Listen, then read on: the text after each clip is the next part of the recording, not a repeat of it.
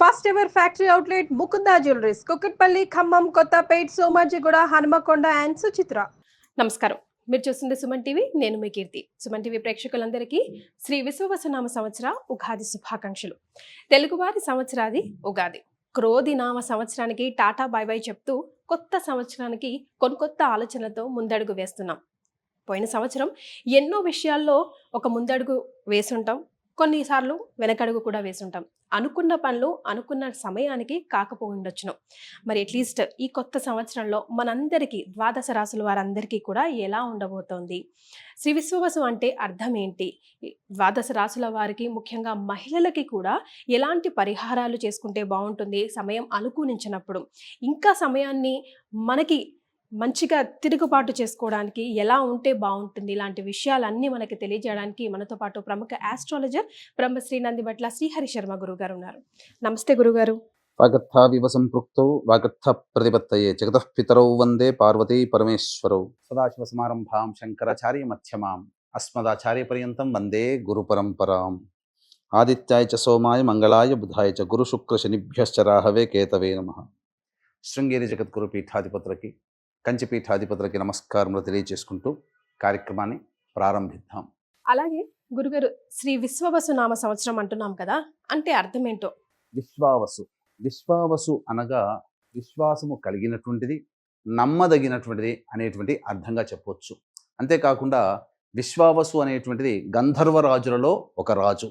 ఇతని పేరు మీదగానే వివాహం కాని అబ్బాయిలకి, ఆలస్యంగా వివాహం అవుతున్నటువంటి అబ్బాయిలకి ఈ యొక్క విశ్వావసు గంధర్వనామ మంత్రముతో కనుక జపము, తర్పణము, హోమము కనుక చేస్తే త్వరితగతిన వివాహము జరిగి తీరుతుంది అని చెప్పి మనకు మంత్రశాస్త్రంలో చెప్పబడి ఉంది.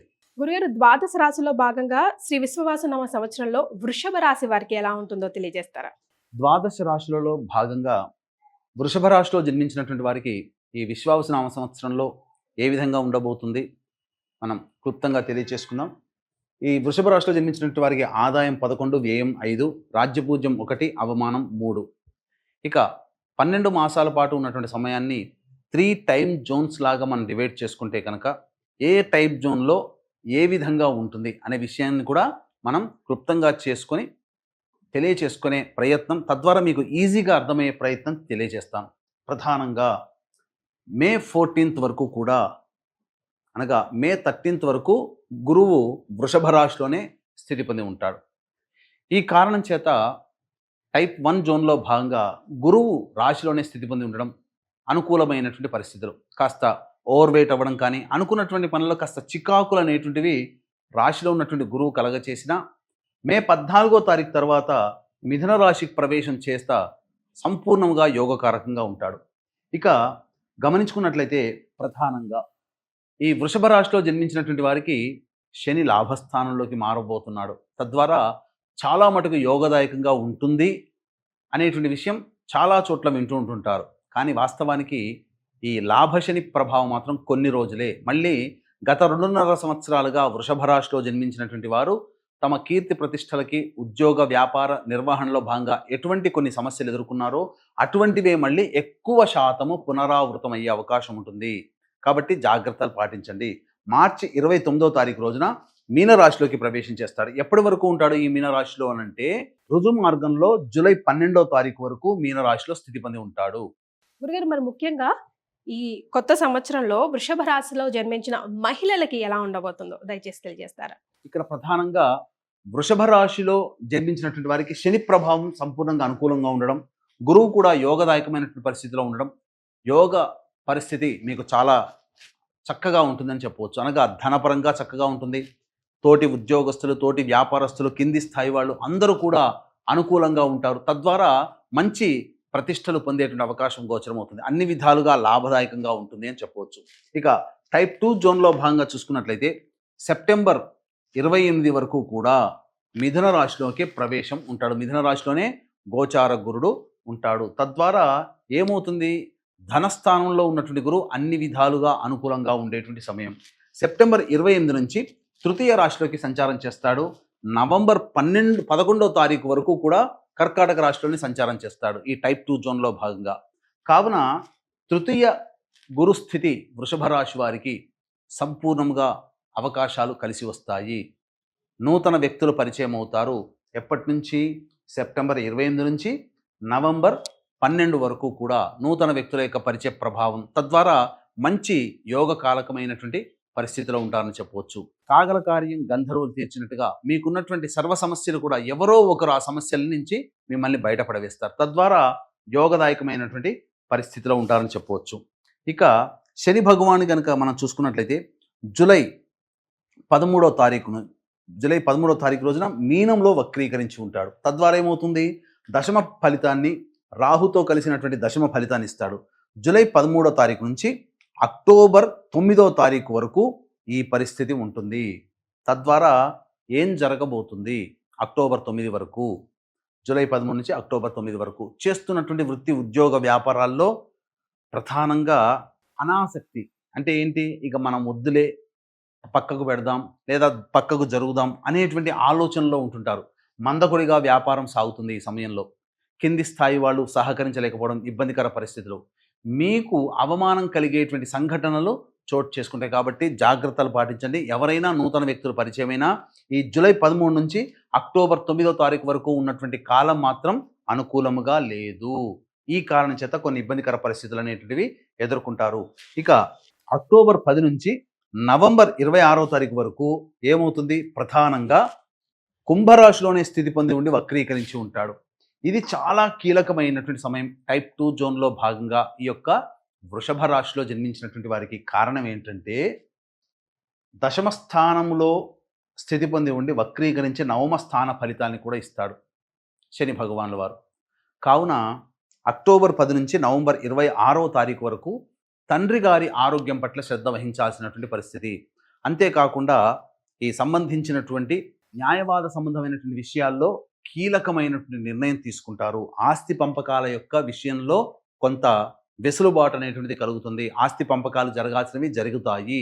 తద్వారా కొంతవరకు యోగదాయకంగా ఉంటుందని చెప్పవచ్చు. కానీ ప్రధానంగా తండ్రి గారి ఆరోగ్యం పట్ల శ్రద్ధ వహించాల్సినటువంటి పరిస్థితి. ఇది టైప్ 2 జోన్లో భాగంగా అక్టోబర్ 10 నుంచి నవంబర్ 26వ తారీఖు వరకు ఉండాల్సినటువంటి పరిస్థితి.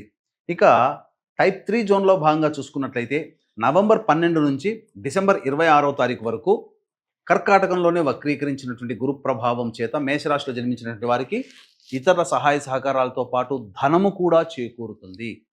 అన్ని విధాలుగా యోగదాయకంగా ఉంటుంది. డిసెంబర్ 27 నుంచి మార్చి 14 వరకు మిథున రాశిలోనే ఉండి వక్రీకరించున్నటువంటి గురుగ్రహ ప్రభావం. ఈ గురుగ్రహ ప్రభావం వలన ఏమవుతుంది? ఈ యొక్క మిథున రాశిలో గురువు స్థితి పొంది ఉండి వక్రీకరించినట్టు కారణం చేత రాశి ఫలితాలను కూడా ఇస్తాడు. అంటే ధనానికి ఎక్కువగా కష్టపడి చికాకులతో ధన సంపాదన ఉంటుంది. ధనానికి ఏమి లోటు ఉండదు, కానీ ధనం వచ్చే మార్గంలో మాత్రమే చికాకులు, సమస్యలు అనేటువంటివి పెరుగుతాయి. ఇది జాగ్రత్తగా గమనించండి. ఇక టైప్ 3 జోన్లో భాగంగా నవంబర్ 26 నుంచి జనవరి 9 వరకు అనగా కుంభరాశిలో సంచారం చేస్తాడు వృషభ రాశి వారికి.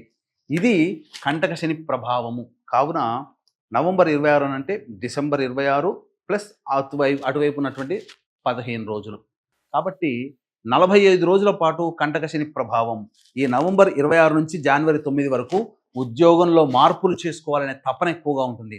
వ్యాపారంలో విస్తరణ చేయాలనే ఆలోచన ఎక్కువగా ఉంటుంది. కానీ కార్యరూపం కనుక దాల్చితే నష్టపోతారు అనే విషయాన్ని గుర్తుపెట్టుకోండి. ఇది టైప్ 3 జోన్లో భాగంగా ఈ యొక్క వృషభ రాశిలో జన్మించినటువంటి వారికి చెప్పగలిగేటువంటి సూచనలు. కాబట్టి ఈ చెప్పినటువంటి సమయాల్లో ఏ విధంగా జాగ్రత్తలు పాటించాలి, ఏ విధమైనటువంటి ఫలితాలు కలుగుతాయనే విషయాన్ని మీరు జాగ్రత్తగా ఆలోచించే నిర్ణయం తీసుకోండి. సో మరి వృషభ రాశి వారు ఎలాంటి పరిహారాలు పాటిస్తే ఈ సంవత్సరం ఇంకా బాగా కలిసి వస్తుందంటారు గురుగారు? ప్రధానంగా ఈ రాశిలో జన్మించినటువంటి విద్యార్థులకి గురుబలం సంపూర్ణంగా ఉండడం చేత అన్ని విధాలుగా పరీక్షల్లో ప్రథమ శ్రేణిలో ఉత్తీర్ణులవుతారు. అంతేకాకుండా ఈ సంబంధించినటువంటి వృషభ రాశిలో జన్మించినటువంటి రాజకీయ రంగ ప్రముఖులు ఎవరైతే ఉంటారో వాళ్ళకి అధికారుల యొక్క అండదండల ప్రభావం వలన ఏదైనా కోల్పోయిన చోట మళ్ళీ తిరిగి దక్కించుకునే అవకాశాలు ఎక్కువగా ఉంటాయి. పోటీ చేస్తే కనుక ఖచ్చితంగా ఏ పరిస్థితులైనా విజయాన్ని పొందే అవకాశం ఈ వృషభ రాశిలో జన్మించినటువంటి రాజకీయ రంగ ప్రముఖులకు ఉంటుంది. కానీ ధనం మంచి నీళ్ళలాగా ఖర్చు అయిపోతుంది. ఈ వృషభ రాశిలో జన్మించినటువంటి సినీ కళారంగ ప్రముఖులు ఎవరైతే ఉంటారో వాళ్ళకి ప్రభుత్వ పరముగా అవార్డులు, రివార్డులు వచ్చే అవకాశం ఉంటుంది. మంచి ప్రాజెక్టులో సైన్ చేస్తారు. ధనాదాయం కూడా చాలా చక్కగా ఉంటుంది. పేరు ప్రఖ్యాతలు ముఖ్యంగా పెరుగుతాయని చెప్పవచ్చు. ఈ యొక్క వృషభ రాశిలో జన్మించినటువంటి ప్రధానంగా సిమెంట్, ఇసుక, ఎడిబుల్ ఆయిల్ మరియు ఈ సంబంధించినటువంటి ఆటోమోటివ్ రంగంలో, అలాగే మైనింగ్ వ్యాపారస్తులు, ఇలాంటి ఇసుక బట్టీలు నిర్వహించేటువంటి వాళ్ళు, ఇటువంటి వాళ్ళు కొంతకాలం అనగా శని ప్రధానంగా 13వ తారీఖు, జూలై 13వ తారీఖు నుంచి నవంబర్ 26వ తారీఖు వరకు అనుకూలంగా లేని కారణం చేత కొంత ఆ చెప్పినటువంటి వ్యాపారస్తులకి మాత్రమే కాస్త నెమ్మదిగా సాగుతుంది, వ్యాపారము మందకొడిగా సాగుతుంది. కానీ మిగతా అన్ని రంగాలలో ఉన్నటువంటి వాళ్ళకి మాత్రం సంపూర్ణమైనటువంటి యోగకాలంగా చెప్పవచ్చు. కాబట్టి అనుకూలమైనటువంటి పరిస్థితులు యోగదాయకంగా ఈ యొక్క వృషభ రాశిలో జన్మించినటువంటి వారికి అన్ని రంగాల్లో ఉన్నటువంటి వారికి గోచరమవుతుంది. ప్రధానంగా ఈ యొక్క వృషభ రాశిలో జన్మించినటువంటి మహిళలకి సంపూర్ణమైనటువంటి యోగకాలంగా చెప్పవచ్చు. మీ యొక్క మాటకి విలువ పెరుగుతుంది. కుటుంబంలో ఉన్నటువంటి సభ్యులందరూ కూడా మీకు గౌరవ మర్యాదలకి ఎటువంటి లోటుపాటు కానివ్వరు. అంతకుముందు మిమ్మల్ని అవమానించిన వాళ్ళే ఇప్పుడు మిమ్మల్ని చాలా ప్రేమగా, గౌరవంగా చూసుకుంటారు. అంతేకాకుండా బాధ్యతలు పెరుగుతాయి. బాధ్యతలతో పాటు గౌరవ మర్యాదలు కూడా పెరుగుతాయి. తత్కారణం చేత అన్ని విధాలుగా ఆనందదాయకమైనటువంటి పరిస్థితిలో ఈ వృషభ రాశిలో జన్మించినటువంటి వారు ఈ సంవత్సరం అంతా కూడాను గడుపుతారని చెప్పవచ్చు. ముఖ్యంగా వివాహం కావాల్సినటువంటి అమ్మాయిలకి వివాహం జరిగి తీరుతుంది. సంతానం కోసం ఎదురు చూసేటువంటి వాళ్ళకి చక్కటి సత్సంతాన ప్రాప్తి అనేటువంటిది ఉంటుంది. అన్ని విధాలుగా యోగదాయకంగా ఉన్నటువంటి ఈ వృషభ రాశిలో జన్మించినటువంటి మహిళలకు ఏ వ్యాపారమైనా కానీ చక్కగా ముందుకు తీసుకుని వెళ్తారు. మీకు ఇచ్చినటువంటి బాధ్యతని సంపూర్ణంగా నిజాయితీతో ఈ సంవత్సరం పూర్తి చేసుకొని అందరి మన్ననలను పొందుతారు. ప్రధానంగా మిమ్మల్ని తృణీకరించిన వాళ్ళే గౌరవించి హక్కున చేర్చుకునేటువంటి పరిస్థితులు ఉంటాయి. ముఖ్యంగా గత సంవత్సరం పొరపచ్చాలతో దూరంగా ఉన్నటువంటి భాగస్వామ్య వ్యాపారస్తులు కానీ, లేదా దూరంగా ఉన్నటువంటి స్నేహితులు, బంధువులు కానీ, లేదా దంపతులు కానీ మళ్ళీ కలుసుకునే అవకాశం, హాయిగా ఆనందంగా కొనసాగే అవకాశం గోచరమవుతుంది. అన్ని విధాలుగా యోగకాలమని ఈ మహిళలకు చెప్పవచ్చు. ఉద్యోగాల్లో చేరాలన్నా, లేదంటే ఉద్యోగాలు మారాలన్నా, లేదంటే కొత్త వ్యాపారం స్టార్ట్ చేయాలన్నా, వ్యాపారాన్ని మరింతగా విస్తరించుకోవాలనుకున్నా, ఈ సంవత్సరంలో వృషభ రాశి వారికి ఏ సమయం, ఏ నెలలో ఏ సమయం అనుకూలంగా ఉంటుందంటారు? ఒకసారి తెలియజేస్తారా? ఈ యొక్క వృషభ రాశిలో జన్మించినటువంటి వారికి ప్రధానంగా సమస్యలు అనేటువంటివి తప్పవు. అంటే ఏ వ్యక్తికైనా సమస్యలు తప్పవు. ముఖ్యంగా శని అనుకూలంగా లేని కారణం చేత చాలామంది అనుకుంటారు లాభశని ప్రభావం అని. కానీ లాభశని ప్రభావం కేవలం ఈ సంవత్సరం జూలై 12వ తారీఖు వరకే. మిగతా సమయం అంతా కూడా శని అనుకూలంగా లేడు. కావున ప్రతి అవకాశం వచ్చినటువంటి ప్రతిరోజు కూడా, ప్రతిరోజైనా దత్తాష్టకము, కాలభైరవాష్టక పారాయణం రోజుకి 3 సార్లు పఠించండి. అలాగే మీకు అవకాశం కుదిరినప్పుడల్లా కూడా వెంకటేశ్వర స్వామి ఆలయ సందర్శనం, మరియు వెంకటేశ్వర స్వామి దేవాలయంలో దీపారాధన చేయడం, మరియు శనిగ్రహానికి తైలాభిషేకం చేసుకోవడం కనుక చేసినట్లయితే సమస్యలన్నీ కూడా చాలా మటుకు శాంతిస్తాయని చెప్పవచ్చు. అంతేకాకుండా గత సంవత్సరం కంటే ఈ సంవత్సరం మీ యొక్క సంకల్పం నెరవేరాలి. అలాగే మీరు సమస్యలు అనేటువంటి ప్రతి మనిషికి వస్తాయి. సమస్యలు వచ్చినప్పుడు మీరు ఏ పండితులను చూపించినా మీ జాతకాన్ని అనుసరించి ఎటువంటి పరిహారాలు చేసుకోమని చెబుతారో అటువంటి పరిహారాలన్నీ కూడాను ఈ సంవత్సరం అంతా మన పీఠం ఆధ్వర్యంలో జరిపించడం జరుగుతుంది. మీ యొక్క సంకల్ప సిద్ధి కోసమే సంకల్ప సిద్ధి హోమాలు, జాతకరీత్యా ఉన్నటువంటి దోషాలకి సకల దోష నివారణ హోమాలు అనేటివి ప్రతి నెల ఒక్కొక్క క్షేత్రంలో చేయించడం జరుగుతుంది. దీనికి శ్రీకారం మాత్రం ఏప్రిల్ 18వ తారీఖు రోజున మహామహిమాన్వితమైనటువంటి కాశీ క్షేత్రంలో ప్రారంభించబోతున్నాం. అవకాశం ఉన్నవాళ్ళు ఇట్టి మహత్తర కార్యంలో 12 నెలల పాటు మీ కుటుంబ సభ్యుల గోత్రనామాలతో జరిగేటువంటి కార్యక్రమంలో నమోదు చేసుకొని దైవానుగ్రహాన్ని పొంది తరించవచ్చు. కావున కార్యక్రమ తదనంతరం కాంటాక్ట్ చేసి పూర్తి వివరాలు తెలుసుకోవచ్చు. గురుగారు, మరి ఆరోగ్యపరంగా వృషభ రాశి వారికి ఎలా ఉండబోతోంది ఒకసారి తెలియజేయండి. ఈ యొక్క వృషభ రాశిలో జన్మించినటువంటి వాళ్ళకి ఏ సమయాల్లో అనారోగ్యం సమస్యలు, ఏ సమయాల్లో మంచిగా చూసుకోవాలి అనగా ఏంటి, ఆరోగ్యపరంగా కావచ్చు, వాహనం నడిపేటప్పుడు కావచ్చు, ఇతరత్ర వ్యవహారాల్లో ఏ యొక్క సమయంలో మనకు మంచి జరుగుతుంది అనే విషయాన్ని గురించి క్లుప్తంగా తెలియజేసుకుందాం. ఈ సంవత్సరం జూన్ 5వ తారీఖు నుంచి జూలై 26వ తారీఖు ఉన్నటువంటి మధ్యకాలము, అక్టోబర్ 26 నుంచి వచ్చే సంవత్సరం జనవరి 14వ తారీఖు వరకు మధ్య ఉన్నటువంటి కాలంలో ఆరోగ్యం పట్ల శ్రద్ధ వహించండి. వాహనాన్ని నడిపేటప్పుడు జాగ్రత్తలు పాటించండి. ప్రధానంగా గృహ మార్పు, స్థల మార్పు అనేటువంటిది సూచించడం జరుగుతుంది. ప్రధానంగా చాలామంది నిరుద్యోగస్తులు ఈ సంవత్సరం ఉద్యోగం సంపాదించుకోవాలని, చాలామంది ఉన్న సంస్థ నుంచి వేరే ఉద్యోగంలో మారాలని, కొత్త వ్యాపారాలు ప్రారంభించాలని, లేకపోతే ఉన్న వ్యాపారంలో విస్తరణ చేయాలని అనుకుంటుంటారు కదా. మరి ఏ సమయంలో చేసుకుంటే ఈ సంవత్సరం చాలా మంచిదనే విషయం గురించి అనుకుంటే, ఈ సంవత్సరం జూలై 16 నుంచి ఆగస్టు 15 మధ్యకాలంలో, అక్టోబర్ 17 నుంచి నవంబర్ 15 మధ్యకాలంలో, అలాగే ఫిబ్రవరి 13 నుంచి వచ్చే సంవత్సరం ఫిబ్రవరి 13 నుంచి మార్చి 19వ తారీఖు వరకు ఉన్నటువంటి సమయం చాలా అనుకూలంగా ఉంటుంది. ఉద్యోగము, వ్యాపారము, విస్తరణ, ఉద్యోగ మార్పులకి మంచిదని చెప్పవచ్చు. ఏతావాత చెప్పొచ్చేది ఏమిటంటే, ఈ యొక్క వృషభ రాశిలో జన్మించినటువంటి వారికి వివాహ సమస్యలు అనేటువంటి తొలగిపోయి చక్కటి దాంపత్య జీవితంలో ఉంటారు.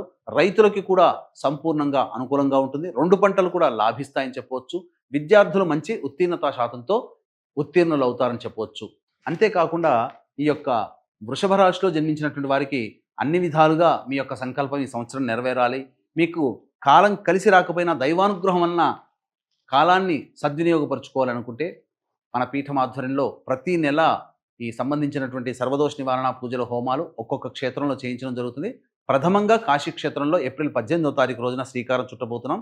అవకాశం ఉన్న వాళ్ళు ఈ యొక్క కార్యక్రమంలో సభ్యులుగా నమోదు చేసుకోవచ్చు. చాలా సంతోషం గురుగారు.